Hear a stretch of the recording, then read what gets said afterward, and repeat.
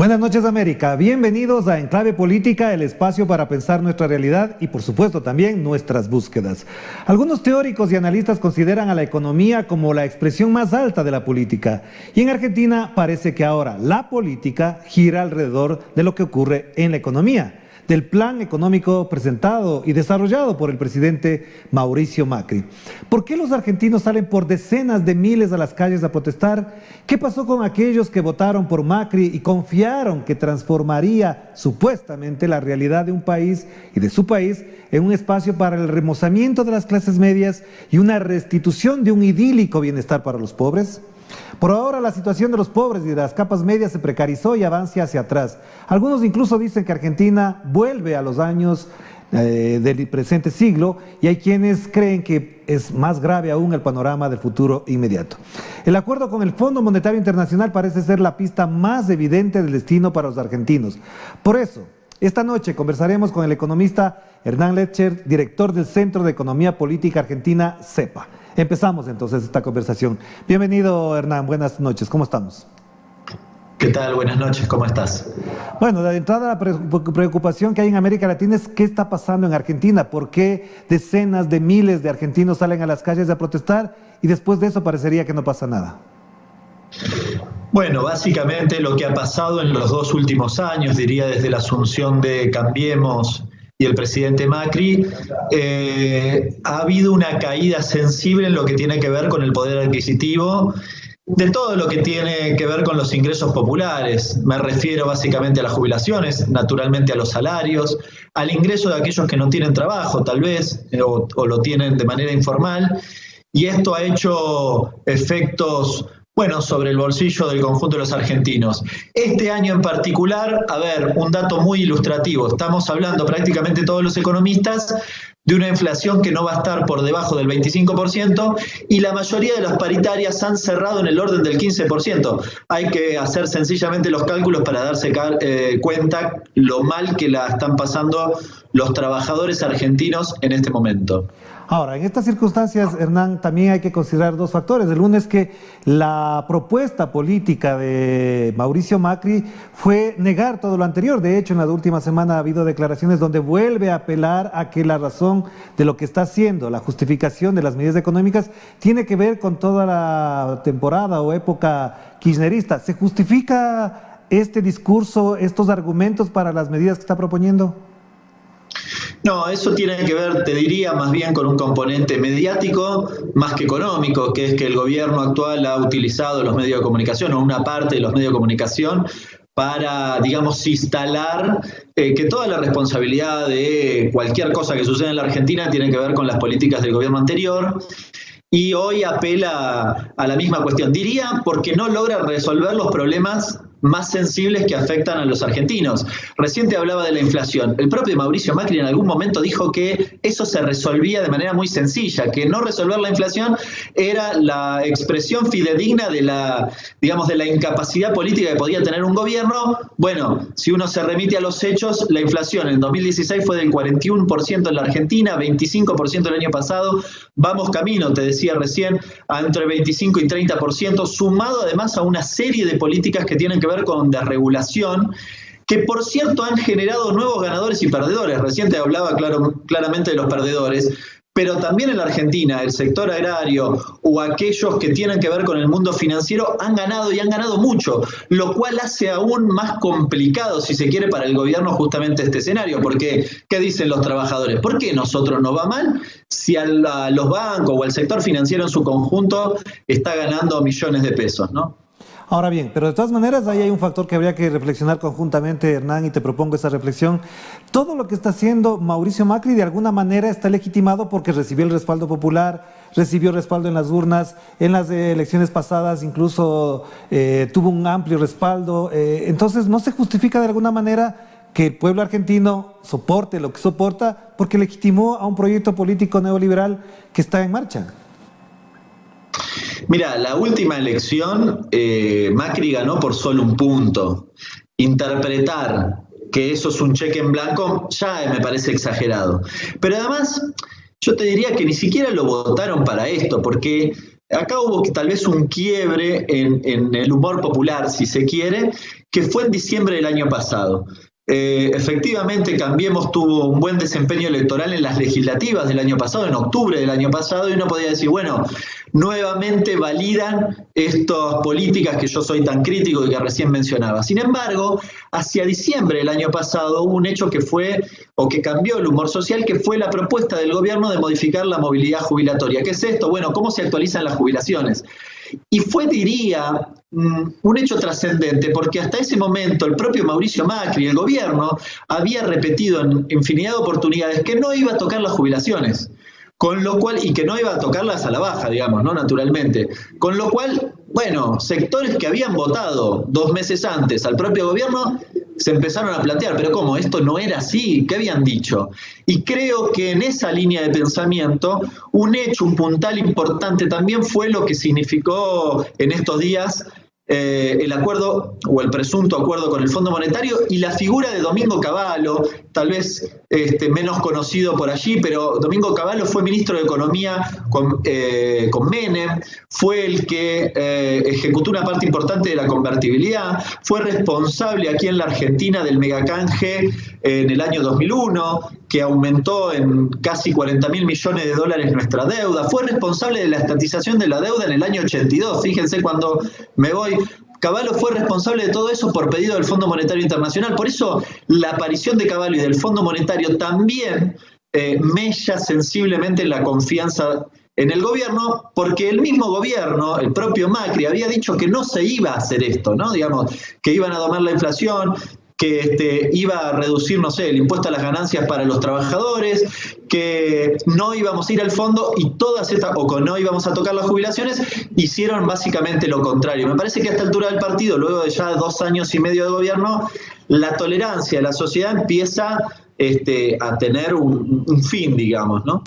Claro, pero te recuerdo también, Hernán, que acá Domingo Cavallo, por lo menos en el Ecuador, en América Latina, y aquí particularmente en Quito se lo conoce muy bien porque en el año 1996, en el gobierno de Abdalá Bucaram, él vino de asesor para desarrollar un proyecto que se llamaba en ese momento la convertibilidad, y por supuesto fue al fracaso, cayó Bucaram y Domingo Cavallo desapareció de escena, aunque después se constituyó, digamos, en el referente para lo que acá se conoce como la dolarización. Por eso precisamente incluso tenía una pregunta para más adelante, pero te la hago ahora. ¿No está también en camino lo que ocurrió acá en Ecuador con la llamada dolarización? Es decir, perder la moneda nacional, usar el dólar como la moneda oficial y con eso, evidentemente, para los neoliberales, transparentar la realidad económica de Argentina. Mira, con el esquema, efectivamente, me había olvidado, exportamos a Cavallo, lamento, le tendría que pedir perdón al pueblo ecuatoriano. La verdad es que con el esquema y el formato de la convertibilidad que les propusieron en aquel momento, en el 96, y que, digamos, se vivió aquí en la Argentina, no tiene las mismas características. De hecho, hoy tenemos un tipo de cambio flexible, pero diría que hay un camino en ese sentido, porque todo eso que mencionaba recién como desregulación, básicamente ata los precios al dólar. Este es uno de los grandes problemas que tenemos hoy en la Argentina. Claro, varía el tipo de cambio, lo que pasó en el último mes, por la corrida cambiaria, impulsada por los bancos, socios del propio gobierno, pero que impulsan esa corrida para ganar más plata y para llevar la tasa finalmente al 40%. ¿Y qué impacto tiene? Bueno, como está dolarizada las tarifas de servicios públicos, aumentan las tarifas. Bueno, en realidad están reduciendo los subsidios, pero en definitiva se reduce la rentabilidad, con lo cual vas a tener más aumento. Las naftas aumentan porque están dolarizadas, digamos, y bueno, ustedes saben, creo, porque lo han vivido, el efecto y el impacto que tiene en el resto de la economía, ¿no? Digamos, lo que básicamente se llama inflación, es decir, aumento generalizado de precios, porque ven algunos sectores que incluso no tienen dolarizados su producción, pero de todas formas ven que el resto aumenta, entonces aumentan también por si acaso, porque tienen expectativas además de que el dólar vuelva a subir. Conclusión, pasa lo que está pasando hoy. Ese es el proceso previo a la dolarización definitiva, si se quiere, donde en definitiva eliminás tu propia moneda y terminás utilizando el dólar, ¿no? Ahora bien, una pregunta que sí me cabe en este momento, Hernán, también es considerar si la situación económica de Argentina es tan mal y se manifiesta en la protesta ciudadana, lo que hemos visto la semana anterior, miles de personas en la avenida 9 de Julio, en los alrededores del centro de Buenos Aires. ¿Cuál es la respuesta entonces del gobierno frente a eso? Porque parecería que mientras más se manifiestan, el señor Mauricio Macri más en silencio permanece. Yo creo que hasta hace un mes atrás, un poco la idea, no quiero ser exégeta del gobierno, pero es un poco lo que se hablaba aquí en la Argentina. Uno imaginaba que el gobierno iba camino a hacer un feroz ajuste, tal vez hasta el Mundial. Lo decían los propios funcionarios, no es que lo digo yo. Y después tal vez, bueno, un poco surfear el escenario, tratar de que ese efecto de las políticas de ajuste no tuviera un impacto tan profundo. Me parece que esto se ha modificado drásticamente porque hoy está el Fondo Monetario Internacional en el medio. Y vos me preguntabas, ¿pero el gobierno no tiene reacción? Y bueno, no, a esta altura del partido ya no la tiene porque al que le consulta es al Fondo Monetario. Les pongo un ejemplo. No hay discusión. Las tarifas han aumentado por arriba del 1000%, del 1000% en gas y electricidad en la Argentina. Sin embargo, el gobierno no quiere discutir lo que tiene que ver con reducir o al menos apaciguar ese crecimiento sensible de las tarifas. No lo quiere hacer por pedido del propio Fondo Monetario Internacional. Pasa una cosa casi insólita, si se quiere. Hay un proyecto de la oposición que pasó por diputados que implica reducir las tarifas y retrotraerlas, creo que hace un año atrás. Está hoy en el Senado. Algunos de los senadores de la oposición, pero afines al gobierno, que lo han acompañado en muchas de sus políticas, le proponen al gobierno reducirlas un poquitito, hacer una cosa cosmética para que parezca que hay vocación y voluntad de discutir las tarifas. Bueno, el propio gobierno le ha dicho que no. Da la impresión que Mauricio Macri tiene intenciones de que efectivamente salga la ley en el Senado y finalmente vetarla, que es parte de sus atribuciones, pero finalmente vetarla con el costo político que le significa. Y uno se pregunta, ¿y por qué? Bueno, esto corre exclusivamente por mi cuenta, pero yo creo que el propio Macri quiere mandarle un mensaje al Fondo Monetario Internacional diciéndole: no me tiembla el pulso y no va a haber discusiones. Lo que ustedes me pidan acá en la Argentina se va a cumplir. Por eso me parece que hace oídos sordos a cualquier reclamo que finalmente se multiplica en las calles, porque esto es lo que está sucediendo hoy en nuestro país. Ahora, de todas maneras, lo que acabas de mencionar también es importante. En los tiempos políticos cuenta y es muy significativo que Argentina en los próximos días afronta un mundial de fútbol y la expectativa general se va a concentrar alrededor de este acontecimiento que ya es de orden global. ¿Esto le da un tiempo de oxígeno a Mauricio Macri? ¿Se aplacará la protesta social? ¿Menguan los conflictos sociales con el mundial y en esa perspectiva se distancia, se diluye la posibilidad de cambios, de mejoramiento de la situación en Argentina o no? Sí y no. Sí, en términos temporarios, si se quiere, gana un poco de tiempo el gobierno, porque a los argentinos, en virtud de que el Mundial es un hecho trascendente, diría, para nuestra vida cotidiana, naturalmente se corre del debate público algunos de los debates de la vida política y económica de nuestro país. Pero también opera como una especie de olla a presión, porque cuando terminó el Mundial se acabó, cuando en realidad si Argentina no llegase a ganar el Mundial, se acaba antes, digamos. En ese momento diría que todo lo que se fue o no se hizo en el Mundial decanta de manera urgente, con lo cual, ni siquiera si estuviese en los zapatos del gobierno, si bien creo que quieren llegar al Mundial y tratar de tomar un poco de oxígeno, no creo que sean tan inconscientes de pensar que después el conjunto de la sociedad va a estar más tranquila sencillamente porque pasó el Mundial. Me parece que al contrario. A ver, de hecho, recién lo mencionaba un poco, vastos sectores de los medios de comunicación siguen ocultando la realidad, porque esto hay que decirlo de esta manera, ocultando la realidad. Y la realidad se termina imponiendo, con lo cual, de nuevo, cada día que pasa creo que para el gobierno es más difícil sostener esto. La cuestión de las tarifas, un dato ilustrativo, acá en la Argentina hay sectores de la sociedad que se están endeudando con créditos de estos que uno toma personales, en cualquier, ni siquiera en el banco diría, para pagar las tarifas. O sea, la decisión que está tomando algunos sectores de nuestra sociedad es que no le corten la luz y para eso está tomando deuda. Eso vos te imaginarás que tiene un vencimiento muy cortito, porque ¿cuánto puede durar si no tenés ingresos para pagarlo? ¿No? Digamos, efectivamente es una olla a presión en términos sociales lo que estamos viviendo hoy. Claro que sí, Hernán. Vamos a volver a hacer la primera pausa para volver y comentar para América Latina a través de Telesur lo que significa este acuerdo con el Fondo Monetario Internacional. Hacemos la pausa y volvemos para acá, para el set ya con Hernán y a través de Telesur. Vamos a la pausa, volvemos enseguida.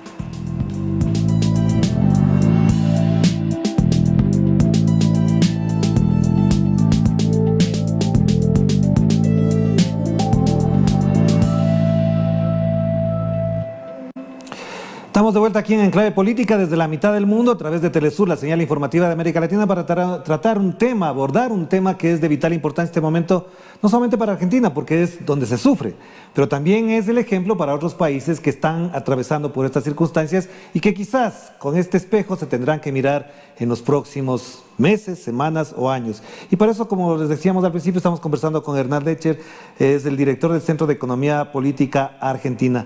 Hernán, hay un tema que es importantísimo que según el Observatorio de Conflictividad Social Laboral del CEPA, el instituto que tú diriges, dice en el 2017 hubo 3.970 hechos de protesta social, de los cuales el 50% son laborales. De ese 50%, la mitad se refiere a despidos y suspensiones. ¿Cómo explicarle que el pueblo argentino soporte esta realidad? A ver, lo que nosotros hemos relevado es lo que está pasando en términos sociolaborales en la Argentina. En los primeros 2 años del gobierno de Macri hubo infinidad de despidos. En el mundo laboral, diría, a ver, si uno lo tuviese que resumir, ¿qué está pasando? Primero, hay un proceso de expulsión de trabajadores, naturalmente. En segundo lugar, un proceso de precarización laboral relacionado con que lo único que crece es el monotributismo. El monotributo es un formato de contratación aquí en la Argentina que no tiene todos los derechos laborales que tiene el empleo registrado privado. Y un tercer eje, diría, es que vos estás perdiendo trabajadores o puestos de trabajo, mejor dicho, en algunos sectores donde los salarios son más altos. Básicamente en nuestro país la industria ha perdido en los últimos 2 años 70.000 puestos de trabajo registrados privados de la industria, dato oficial. Claro, los ha generado en otros sectores, tal vez en sectores más bien vinculados con los servicios, que obviamente sus salarios son sensiblemente menores, con lo cual tenés un proceso diverso, diría, de pérdida de poder adquisitivo, de pérdida de derechos laborales, de avasallamiento de derechos laborales de los trabajadores en la Argentina. A eso hay que sumarle el impulso que por parte del gobierno han hecho de algunas reformas laborales, de algunas leyes laborales, por ejemplo, la reducción de la indemnización. Estamos un poco en este debate. El gobierno había planteado justamente que en el Mundial quería impulsar la reforma laboral que plantea esto y una serie de precarizaciones, lo que tiene que ver con las condiciones de trabajo de los argentinos. Obviamente, te imaginarás, en ese escenario, la conflictividad laboral y los datos que vos recién mencionabas, resulta casi natural, habida cuenta de los despidos, de la pérdida de poder adquisitivo que hacen la mayoría de los gremios. Ahora, tenés otro problema. La cúpula de la CGT aquí en la Argentina en particular está muy inactiva. Es una demanda bastante recurrente, diría, del conjunto de los trabajadores, de que efectivamente la CGT se ponga al frente de la mayoría de los conflictos, porque hoy está relativamente ausente, diría. Claro. Ahora, de todas maneras, a mí me cabe una inquietud aquí a propósito de lo que mencionas. Con todo lo que está pasando, el kirchnerismo no renace, se rejuvenece políticamente, adquiere, digamos, una nueva autoridad política frente a la Argentina, en vista de todo el desprestigio que tú mismo mencionaste a propósito de la campaña mediática, del silenciamiento mediático, del bloqueo mediático que hay sobre esto. ¿El kirchnerismo no adquiere nuevamente el vigor político que tuvo?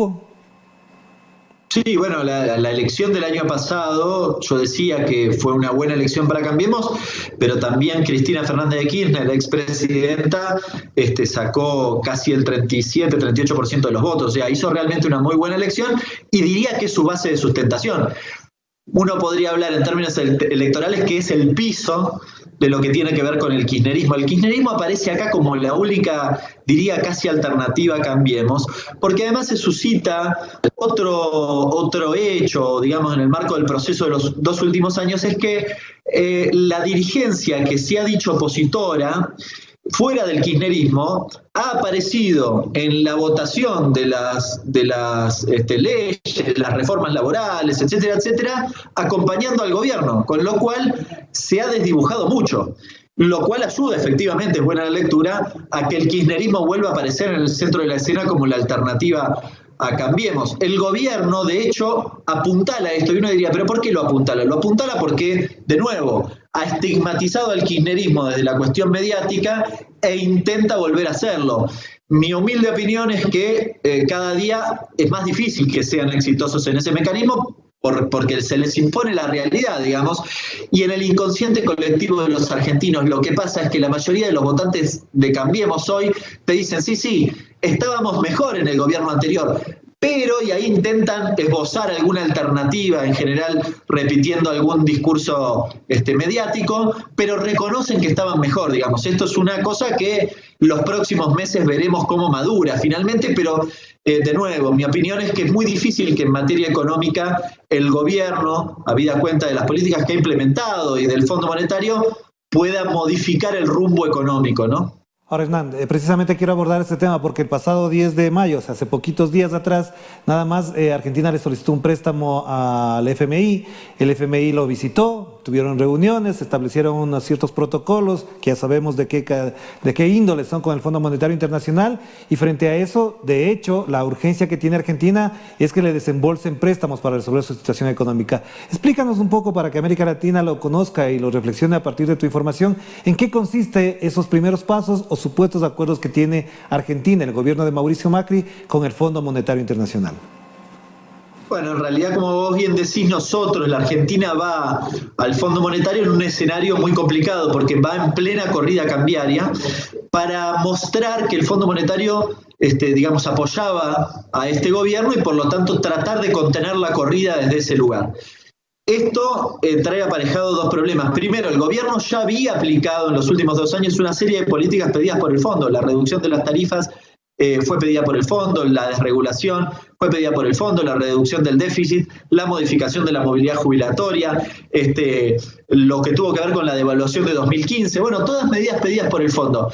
Pero el problema es que cuando vamos finalmente a recurrir al fondo, vamos en un escenario de franca debilidad, con lo cual obviamente el fondo no nos va a pedir lo que ya nos pidió, sino más que eso. ¿Y qué nos puede pedir? Este es un poco el debate hoy en la Argentina. Bueno, lo que dice el propio gobierno es que hoy es un fondo distinto, no es igual al anterior, y la diferencia básicamente reside en que este fondo nos exige una reducción del déficit, básicamente un ajuste fiscal, pero que no nos dice dónde. Con lo cual, en estos momentos en la Argentina se debate dónde está el ajuste. El propio ministro Duhovne le está pidiendo un ajuste a los distintos ministerios. Uno especula que la edad jubilatoria es uno de los ejes centrales, el cálculo del haber inicial en lo que tiene que ver con las jubilaciones, la separación de lo contributivo de lo no contributivo, que va a permitir finalmente que no se ajuste ni siquiera por inflación aquello que es no contributivo, las pensiones no contributivas, las pensiones de adultos mayores. Bueno, el recorte de la obra pública, el gobierno ya anunció 30.000 millones de pesos menos y yo creo que se queda corto porque lo anunció antes del acuerdo con el fondo.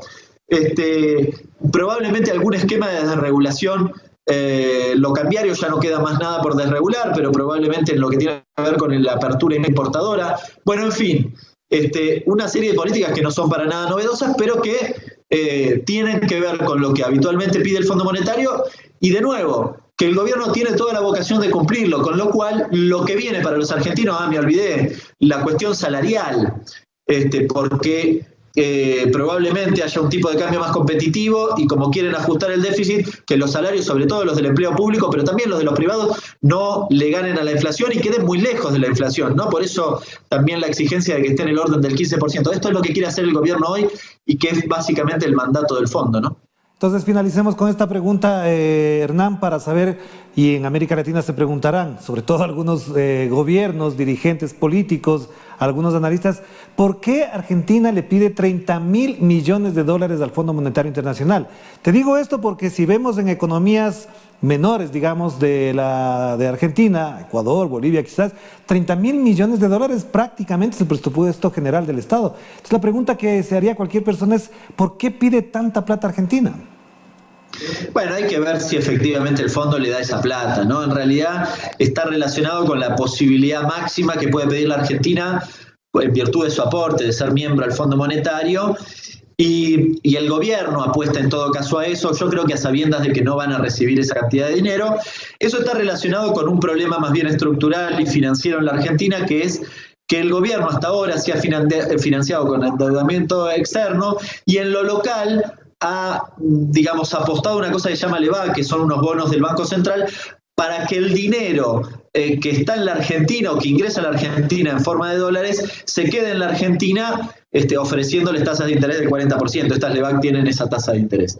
El monto de las LEVAC es más o menos 30.000 millones de dólares casualmente, con lo cual yo creo que el gobierno pide eso para mostrar que ese nivel de plata, de dinero, está respaldado finalmente por el acuerdo con el fondo. De nuevo, no creo que ni siquiera el fondo se lo dé, pero bueno, significa que el fondo aparezca como prestatario o como prestamista en última instancia del gobierno argentino. Y finalmente el mensaje, de manera muy burda, si se quiere, sea: no se vayan de la Argentina, quédense acá en la Argentina y quédense en pesos, que total el Fondo Monetario nos está aguantando este dinero, aunque ni siquiera lo preste, ¿no? Digamos, porque de hecho la característica del crédito stand-by es eso, que lo usás si es necesario, pero si no lo tenés sencillamente disponible, ¿no? Claro. Ahora, me queda entonces la última pregunta para hacerte. Comparado con lo que se endeudó el gobierno kirchnerista, tanto de Néstor como de Cristina, comparado con lo que está actualmente, ¿cuál es la diferencia entonces?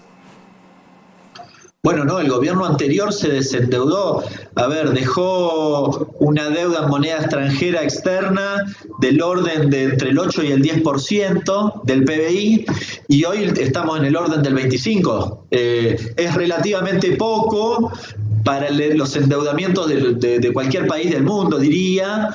Es relativamente bajo, pero imagínense que en solo 2 años más que lo duplicó, con lo cual es una locura, ¿no? Y además la Argentina tiene una historia con el endeudamiento muy nociva, muy conflictiva, porque el endeudamiento fue históricamente el mecanismo de transferencia de ingresos más regresivo que tuvo, de nuevo, nuestra historia económica. Por eso, pensar que el endeudamiento es creciente, bueno, nos condiciona en las políticas que podamos implementar, nos condiciona en la redistribución del ingreso, condiciona hasta los propios salarios de los trabajadores argentinos. Es un problema muy grave lo que ha pasado en los últimos 2 años en materia de endeudamiento en la Argentina. Gracias, Hernán, muy amable por estar con nosotros. De verdad, un abrazo a la distancia y, por supuesto, suerte con todo lo que tenga que venir en Argentina. Un abrazo a la distancia, que la pases bien. Un gran abrazo para vos también, un placer.